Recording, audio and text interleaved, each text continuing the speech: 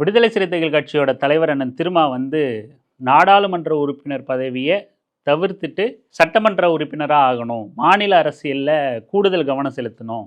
என்னதான் நாடாளுமன்றத்தில் போய் பேசினாலும் கூட சட்டமன்றம் தான் தமிழ்நாட்டு அரசியலோட மாநில அரசியலோட முகம், அதில் கூடுதல் கவனம் செலுத்த தேவை இருக்குது. அப்படிங்கிறதுனால தான் நான் சட்டமன்ற உறுப்பினர் வேட்பாளராக அறிவிக்கப்பட்டிருக்கேன் அப்படின்னு சொல்லியிருந்தார். கூடவே இன்னொன்று சொல்லியிருந்தார், எனக்கு அமைச்சராகணும் அப்படிங்கிற ஆசையெல்லாம் ஒன்றும் கிடையாது, எம்எல்ஏவாக இருந்தாலே போதும் சட்டமன்றத்தில் உரிய குரலை எழுப்ப அப்படிங்கிறதையும் தெளிவுபடுத்தியிருந்தார். இதுதான் காரணம் தான் சட்டமன்ற உறுப்பினர் வேட்பாளராக தேர்ந்தெடுக்கப்பட்டதுக்கு அப்படின்னு சொல்லியிருந்தார். அதுக்கு முன்னாடி அவர் பேசியிருந்தப்போ கூட நான் வேட்பாளரை தேர்வு செய்கிற இறுதி தேர்தல் இதுவாக தான் இருக்கணும், இனி அந்தந்த மாவட்டங்களே அங்கங்கே அவங்கவுங்களுக்கான வேட்பாளர்களை தேர்வு செய்கிற ஒரு முறையை நம்ம கையாளணும் அப்படின்னு சொல்லிட்டு பேசியிருந்தார். அவர் இது மட்டும் இல்லை, மாவட்ட நிர்வாகங்களை கூட, கட்சிக்குள்ளான மாவட்ட நிர்வாகங்களை கூட இதுதான் நான் முதல் முறையாக கடைசி தடவையாக தேர்ந்தெடுக்கிறதா இருக்கணும், இனிமேல் அந்தந்த மாவட்டங்களுக்குள்ளே உள்ள நிர்வாகிகளே வாக்கு செலுத்தி அங்கே உள்ள மாவட்ட செயலாளர்களை நிர்வாகிகளை தேர்ந்தெடுக்கிற மாதிரியான ஒரு கட்டமைப்பை நம்ம உருவாக்கணும் அப்படின்னு சொல்லிட்டு கட்சியோட அடுத்த கட்ட பாய்ச்சலுக்கான எதிர்கால சிந்தனையோடு அவர் கட்சியை வழி நடத்திக்கிட்டு இருக்காரு. அதே போல தான் அவர் தேர்தலையும் அணுகிறாரு. மக்கள்கிட்ட களமாற்றம் என்ன, தமிழ்நாட்டில் என்ன விதமான அரசியல் செய்யப்படணும் அப்படிங்கிறது குறித்து தான் அவர் சிந்தனையாக இருக்குமே தவிர வெறுமனே பதவி அப்படிங்கிறது அவருக்கு எப்போவுமே இலக்காக இருந்ததில்லை. ஸோ அவர் எடுத்து வைக்கிற ஒவ்வொரு அடியும் தமிழ்நாட்டு நலன் சார்ந்ததாக இருக்கும், கட்சியோட நலன் சார்ந்தது, மக்கள் நலன் சார்ந்ததாக இருக்கும். அப்படி தான் இருக்கும். இப்போது இவர் நாடாளுமன்ற உறுப்பினர் பதவியை ராஜினாமா செஞ்சு தானே ஆகணும், எம்பி பதவி ராஜினாமா செஞ்சு தானே ஆகணும். அப்போது சீமான் மாதிரியான தமிழ்நாட்டோட மிக பெரிய புத்திசாலிகள், சீமான் மாதிரியான அறிவுஜீவிகள் என்ன கவலை கொள்கிறாங்க, அண்ணன் திருமா நாடாளுமன்ற உறுப்பினர் பதவி விட்டுட்டு வர்றதை என்னவா ஃபீல் பண்ணுறாங்க அப்படின்னா, ஐயோ ரிஸ்க் எடுக்கிறாரே, ஒரு பதவியை விட்டுட்டு இன்னொரு பதவிக்கு வராரே அப்படின்லாம் ஃபீல் பண்ணலை. இல்லை அண்ணன் திருமா இந்த மாதிரி மாநில அரசியலில் கூடுதல் கவனம் செலுத்தணும் அப்படின்லாம் அக்கறையோட பேசலை. கூடுதலாக என்ன கவலையாக இருக்குது சீமான் மாதிரியான அதிமேதாவிகளுக்கு அப்படின்னா, ஐயோ தேர்தல் ஆணையத்தில் கை காசு நிறையா செலவாயிடுமே, இப்போ இவர் தேர்தல் நின்று சட்டமன்ற உறுப்பினராக ஜெயிச்சிட்டாரு, எம்எல்ஏவா ஆயிட்டாருன்னா அதுக்கடுத்து நாடாளுமன்ற உறுப்பினர் பதவி ராஜினாமா செஞ்சு தான் ஆகணும், அதுக்கு தேவையில்லாமல் இடைத்தேர்தல் திணிக்கப்படுதே, இது தேர்தல் திணிக்கப்படுது அப்படின்னு பேசக்கூடிய அதிமேதாவி சீமான் தான். ஒரே நாடு ஒரே தேர்தல் சொன்னும் போது தேர்தல் திணிக்கப்படுது அப்படிங்கிற வார்த்தை சீமான் கிட்ட இல்லை. ஆனால் அண்ணன் திருமா நாடாளுமன்ற உறுப்பினர் பதவியை ராஜினாமா பண்றதுனால இன்னொரு இடைத்தேர்தல் வரும், அந்த இடைத்தேர்தல் தேவையில்லாம திணிக்கப்படுது, அதனால மக்கள் கை காசு தேவையில்லாம செலவாகும். மக்கள் காசு ₹1 வரி பணம் செலவானாலும் சீமான் மனசு தாங்காது. என் உண்டியலுக்கு வந்திருக்க வேண்டிய காசுரா இதெல்லாம், நான் வீடு வாங்கியிருக்க வேண்டிய காசுரா இதெல்லாம், நான் சொத்து வாங்கியிருக்க வேண்டிய காசுரா இதெல்லாம், தேவையில்லாம வரியா வாங்கி அவனுக்கு தேர்தலுக்கு வேற செலவழிச்சிட்டு இருக்கானுங்க. சரி, அடிக்கடி தேர்தல் வந்தாலும் நாமளும் பேரம் பேச கரெக்டாக தான் இருக்கும் அப்படிங்கிற உள்ளுக்குள்ள எண்ணம் இருந்தாலும் அவர் பெரிய அதிமேதாவியா வெளியே காட்டிக்கணும், மக்கள் பணம் செலவழிக்கப்படுதே, ஐயோஹோ வரி பணம் வீணாகுதே அப்படின்னு வருத்தப்பட்டு பேசுறாரு. வேட்புமனு தாக்கல் பண்ணிட்டு அவங்க மனைவியோட இப்போ 2 பதவியில் இருக்கும்போது ஒரு பதவியை வச்சுக்கிட்டு ஒரு பதவியை விலகணும். அப்போ நாங்குநேரியில் அவர் எம்பி ஆன உடனே பாராளுமன்றத்துக்கு போன உடனே அது உயர்ந்த பதவின்னு அதை போயிட்டு இது விலகிட்டார். இது பதவி விலகும் போது வலுக்கட்டாயமாக ஒரு தேர்தல் திணிக்கப்படுது. இந்தியா மாதிரி ஒரு வளர நாடு, ஏழ்மை நாடு, உங்களுக்கு 28 விழுக்காடு சாப்பாடுலாம் படுக்க போகிறான், உங்களுக்கு தெரியுது, ஏற்கனவே இலவசத்துக்கு ஏந்திக்கிட்டு இருக்கு கையை. இந்த நாட்டில் மறுபடியும் ஒரு இடைத்தேர்தல் வலுக்கட்டாயமாக திணிக்கப்படுது, மக்கள் மீது சுமத்தப்படுது. தேர்தல் ஆணையம் மக்களின் காசுல இந்த இடைத்தேர்தலை நடத்துது. இது ஏற்புடையதா இல்லை, விளங்குதா? அப்படியே நீ போகணும்னா அவர் பதவி ஆசைக்கு தானே மேலே போயிருக்காப்ல. இப்போ இந்த பதவிக்கு இந்த இடைத்தேர்தலுக்கான செலவு எவ்வளவு? 25 கோடியா? அதை கட்டிட்டு நீ பதவி ஏற்றுக்க. அவங்க மனைவி நினைச்சிருப்பாங்க, உன்னை கட்டிக்காததுக்கு முன்னதாண்டா உன்னை ஏதோ புத்திசாலின்னு நினைச்சேன், நீ எவ்வளோ பெரிய ஃப்ராடு பைய, திருட்டு பைய, என்னென்ன கதை விடுறதுன்னு அதுக்கப்புறம் தான் தெரிஞ்சு, ஏதோ கதை விடுற விடு அப்படின்னு நினைச்சிருப்பாங்க கையல்விழி. இப்படி உட்காந்துட்டு பேசுறாங்க. இப்போ ஒரு வெளியிலிருந்து பார்க்கும்போது, பெரிய அரசியல் புரிதல் இல்லாமல் பார்க்கும்போது இளைஞர்களுக்கு என்னவா தோணும், சீமான் சொல்றது நியாயம் தானப்பா, எதுக்கு ஒருத்தர் 2 பதவியில் நிற்கணும், தேர்தல் தேவையில்லாம திணிக்கப்படுதே, ஒரு ஜனநாயகம் திணிக்கப்படுதுன்னு சொல்லக்கூடிய அளவுக்கு தான் சீமானோட அறிவு அந்த அளவுக்கு தான் இருக்கு. தேர்தல் நடைமுறை அப்படிங்கிறது மக்களாட்சி, மக்களாட்சி அப்படிங்கிறது மக்களுக்காக மக்களால் மக்களே தேர்ந்தெடுக்கக்கூடிய ஒரு விஷயம். அப்போ அந்த மக்கள் கிட்ட இருக்கிற ஒரு முடிவு அப்படிங்கிறது திணிக்கப்படக்கூடியது அப்படின்னு பேசக்கூடிய அளவுக்கு தான் அதிமேதாவியான சீமானோட அறிவு. அந்த மண்டை இருக்குல்ல, மண்டம், இனத்துரோகம் செய்யற மண்டை, அந்த மண்டைக்குள்ள இருக்கிற அறிவு அவ்வளவுதான் அவனுக்கு. இப்போ அப்படிதான் ஒருவேளை உண்மையிலேயே காசு வீணா செலவாகுதா அப்படின்னா ஒரே நாடு ஒரே தேர்தல் அப்படின்னு ஒரு அறிவிப்பு வரும்போது அது குறித்த விவாதம் கிளம்பும் போது பிடிஆர் பழனிவேல் தியாகராஜன் வந்து பேசுறாரு பொதுவெளியில. ஏற்கனவே ஒரு ஆங்கில நாளேட்டுக்கு கொடுத்த கட்டுரையிலிருந்து தமிழாக்கம் பண்ணி எக்ஸ்ல போடுறாரு.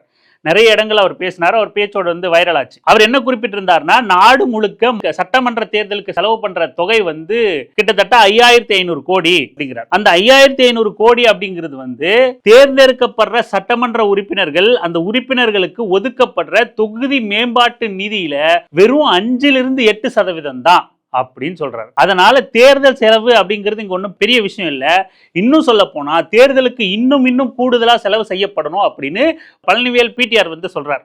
நாடு முழுக்க மாநில சட்டப்பேரவைகளுக்கான தேர்தல்களை நடத்த 5500 கோடி ரூபாய் செலவாகிறது என்றால் 5 ஆண்டுகளில் மாநிலங்களின் மொத்த நிதிநிலை அறிக்கையை ஒப்பிடும்போது இது ஒன்றுமே இல்லை என அவர் தெரிவித்துள்ளார். அதாவது சட்டப்பேரவையை தேர்ந்தெடுக்க 5 ஆண்டுகளுக்கு ஒரு முறை செலவிடப்படும் பணம் தேர்ந்தெடுக்கப்படும் உறுப்பினருக்கு ஒதுக்கப்படும் தொகுதி மேம்பாட்டு நிதியில் 8% தான் என பிடிஆர் பழனிவேல் தியாகராஜன் தெரிவித்துள்ளார்.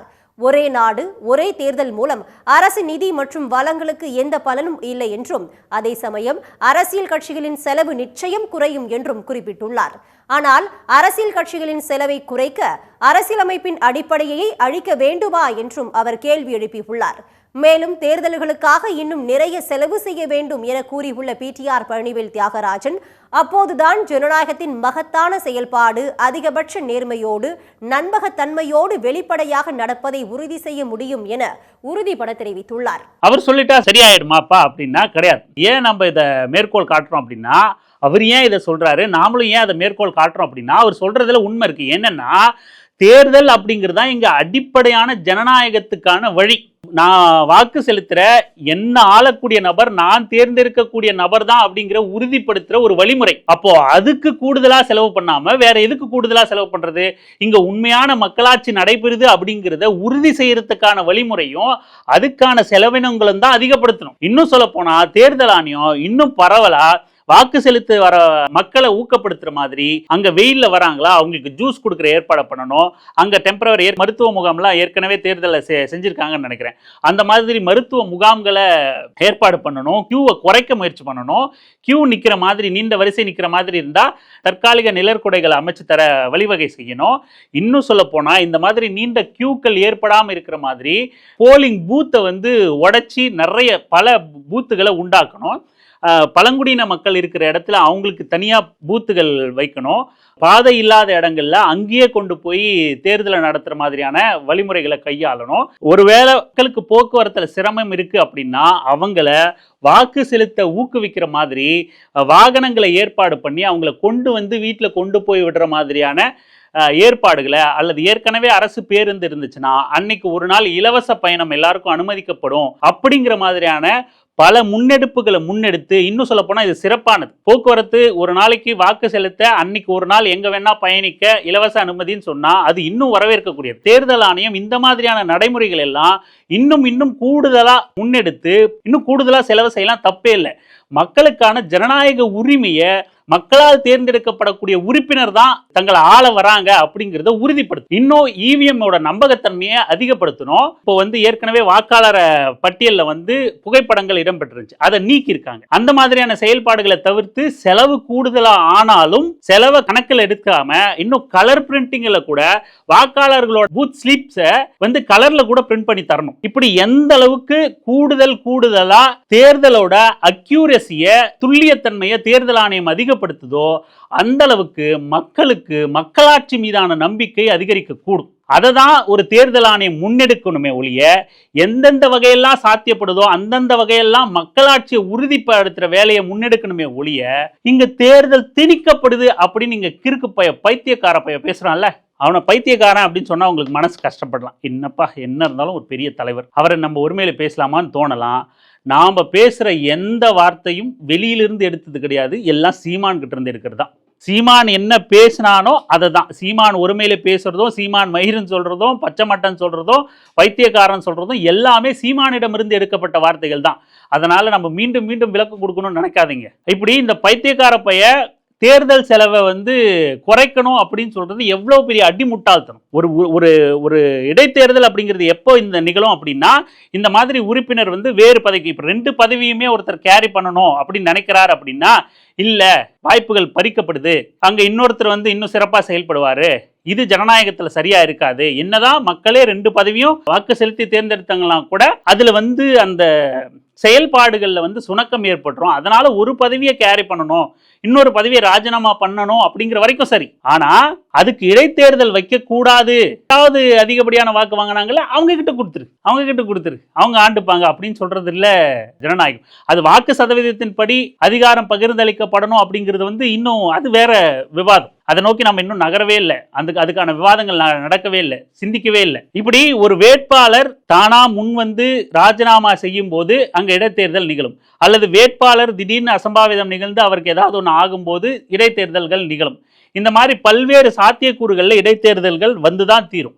அந்த மாதிரி பதவி காலியாகும் போது உடனடியாக தேர்தலை நடத்தி ஜனநாயகத்தை மக்களாட்சியை உறுதிப்படுத்துறதுக்கு நாம பேசணுமே ஒழிய, அழுத்தம் கொடுக்கணுமே ஒழிய, எதுக்குப்பா தேவையில்லாம செலவு அப்படின்னு சொல்லிட்டு பிடிஆர் பழனிவேல்ராஜன் வந்து சொல்றாரு, ஒரே நாடு ஒரே தேர்தலுக்கு சொல்றாரு. இந்த செயல் திட்டம் வந்து கட்சிகளோட செலவை வேணா குறைக்கும், ஆனா ஜனநாயகத்துக்கு உகந்ததா இருக்காது. கட்சிகளோட செலவுகளை குறைக்கிறது தேர்தல் ஆணையத்தோட வேலை கிடையாது, புரியுதுங்களா? இப்போ ஒரு இடைத்தேர்தல் அறிவிக்கிறாங்க அப்படின்னா கட்சிகளுக்கும் செலவு, வேட்புமனு தாக்கல் பண்ணணும், பிரச்சாரம் பண்ணணும், போஸ்டர் அடிக்கணும், நிறைய விளம்பரங்கள் பண்ணணும், வண்டிகள் வாடகை எடுத்து பிரச்சாரம் பண்ணிட்டு போகணும், சீமான் மாதிரி திரள் நிதி கேட்டு வீடியோ வெளியிட்டு ஏமாத்தி பொறுக்கி திங்கணும், இப்படி நிறைய வேலைகள் இருக்கு இல்லையா? அப்போ கட்சிகள் ஐயோ கட்சிகள் சிரமப்படுறாங்களே, கட்சிகளுக்கு செலவாகுமே அப்படின்னு கவலை கொள்றது தேர்தல் ஆணையத்தோட வேலை கிடையாது. தேர்தல் ஆணையம் எதற்காக கவலை கொள்ளணும் அப்படின்னா, மக்களாட்சியை உறுதி பண்ண, மக்களுக்கு அவர்கள் தேர்ந்தெடுத்த உறுப்பினர்கள் தான் அவர்களை ஆளுகிறார்கள் அப்படிங்கிறத உறுதி பண்றதில் தான் தேர்தல் ஆணையம் தன்னோட கவலையை வெளிப்படுத்தணும். இந்த மாதிரியான பைத்தியகாரம் பேசுறதெல்லாம் அதை பொருட்டா எடுத்துக்கூட உட்காந்துக்கிட்டு பெரிய ஹீரோ மயிர் மாதிரி பேசிக்கிட்டு இருக்கான் தேர்தல் ஆணையத்துக்கிட்ட எல்லாம். தேர்தல் ஆணையத்துக்கு மேல இல்ல டெல்லி அதிகாரத்தின் மேல நமக்கே விமர்சனம் இருக்கு, அதை நம்ம கண்டும் காணாம போயிட்டு இருக்கோம். ஆனா இவன் பெரிய ஹீரோ மயிர் மாதிரி பேசிக்கிட்டு இருக்கான், போய் தேர்தல் ஆணையத்துக்கிட்ட திறந்து காட்டுப்பா, பொட்டி ஃபுல்லா பணம் தான் இருக்கு எடுத்துட்டு போங்கப்பா அப்படின்னு சொல்லிட்டு நக்கல் மயிர் பண்ணிட்டு இருக்கான்.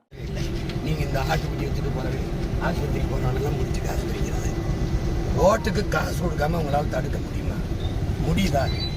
ஐயா ஸ்டாலின் வரும்போதும் பார்க்கணும், எடப்பாடி வரும்போதும் பார்க்கணும், புரியுதா?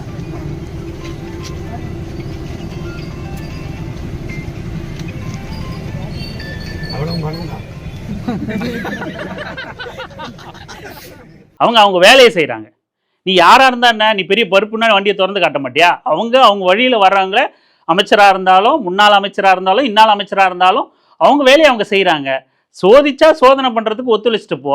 அப்போது தேர்தலுக்கு பணமே கொடுக்கலன்னு உங்களால் சொல்ல முடியுமா அப்படின்னு பேசிக்கிட்டு இருக்காங்க அந்த கிறுக்கு பையன். அவங்க வேலை சோதனைக்கு நிற்கிறது. தேர்தலுக்கு பணமே கொடுக்கல அப்படின்னு உங்களால் உறுதிப்படுத்த முடியுமா? தேர்தல் அலுவலர்களை பார்த்து இவன் கேட்குறான். அப்போ நீ என்ன மயிரை பிடிக்கிட்டு இருக்க? நீ தானே கட்சி நடத்துற, நீ கட்சி நடத்துறல்ல, தேர்தலுக்கு பணம் கொடுக்குறாங்கன்னு உனக்கு தெரியுது இல்ல? எல்லா தொகுதிகளிலும் உன்னோட ஆட்கள், நிர்வாகிகள், வேட்பாளர்கள் இருக்காங்க இல்ல? பணப்பட்டுவாடா பண்றாங்க அப்படின்னு உனக்கு தெரியும் போது நீ போய் மக்களுக்கு அதை போட்டோ பிடிச்சி வீடியோ எடுத்து அந்த நேரத்துக்கு புகார் கொடுத்து அதிகாரிகளை வர வச்சு நெருக்கடி கொடுக்க வேண்டியது தானே? மாறா மக்களுக்கு பணப்பட்டுவாடா பண்றாங்க அப்படிங்கிறத ஒரு சூழல் ஏற்படுது அப்படின்னா அதை ஆதரிக்கிறதுக்காக நீயும் வாங்கி தின்னுட்டு பொறுக்கி தின்னுட்டு தானே இருக்க. நாங்க கண்டுக்காம இருக்கணும்னா எங்கிட்ட இவ்வளவு கூடு. ஒருவேளை அப்படி சீமான் சொல்ற மாதிரி நடக்குது அப்படின்னா அதை கண்டுக்காம இருக்க சீமான் பணம் வாங்கணுமா இல்லையா? சீமானோட கும்பல் பணம் வாங்கணுமா இல்லையா? இல்ல இவனுங்களும் அந்த வேலையை செய்யறானுங்கன்னு தானே அர்த்தம். ஒரு திருட்டு வேலையை இவன் கண்டும் காணாம போறான் அப்படின்னா இவனும் அதே திருட்டு பயலா தானே இருப்பான். வேற என்ன இருக்க முடியும், கண்டு காணாம இருக்க முடியும்? அதை இவன் போற போக்குல அதிகாரிகள் மீது பழி போட்டுட்டு அப்போ பணம் கொடுக்கலன்னு உங்களால் சொல்ல முடியுமா அப்படின்னு ஒரு பெண் அதிகாரி இருக்காங்க, அவங்கள போட்டு மிரட்டிக்கிட்டு இருக்காங்க அந்த குடிகார பையன். அதனால இந்த மாதிரி பைத்தியக்காரன் பேச்செல்லாம் பொருட்படுத்தாம, ஐயோ அவர் எம்பி பதவியும் வச்சிருக்காரு, எம்எல்ஏ பதவியும் வச்சிருக்காரு, அதனால அவர் தேர்தல் செலவுகளை அவர் அதிகப்படுத்துறாரு, இடைத்தேர்தலை திணிக்கிறாரு அப்படின்னு இந்த பைத்தியம் மாதிரி ஏதாவது பேசிட்டு வந்தானுங்கன்னா அவனுங்களுக்கு உரிய முறையில பதிலளிங்க. அண்ணன் திருமா ஒரு உயரிய நோக்கத்துக்காக, தமிழ்நாட்டு அரசியலை வலுப்படுத்துறதுக்காக, தமிழ்நாட்டுல சங்கிகளோட வாலாட்டுதல் கொஞ்சம் தீவிரமா அடைஞ்சுக்கிட்டு இருக்கு, சங்கிகளோட பரவல் அதிகரிச்சுட்டு வருது, அதை இங்க களத்துல நின்று அவனுங்களை ஓட விரட்டி அடிக்கணும் அப்படிங்கிறதுக்காக தமிழ்நாட்டின் முகமான சட்டமன்றத்துல தான் இடம்பெறணும் அப்படிங்கிறத காரணத்தினால இங்க அவரு காட்டுமன்னார் கோயில்ல வேட்பாளரா களமிறங்கியிருக்காரு. அவரோட நோக்கம் அவர் தனிப்பட்ட நலனுக்கானது கிடையாது, தமிழ்நாட்டின் நலனுக்கானது. அவரை வெற்றியடை செய்து அவரோட விருப்பப்படி சட்டமன்றத்துக்கு அனுப்பி தமிழ்நாட்டின் நலன் காக்க வேண்டியது நம்ம அனைவரின் கடமை. இந்த மாதிரி கிறுக்கு பைத்தியக்கார பேச்செல்லாம் புறந்தள்ளிடுங்க. நன்றி.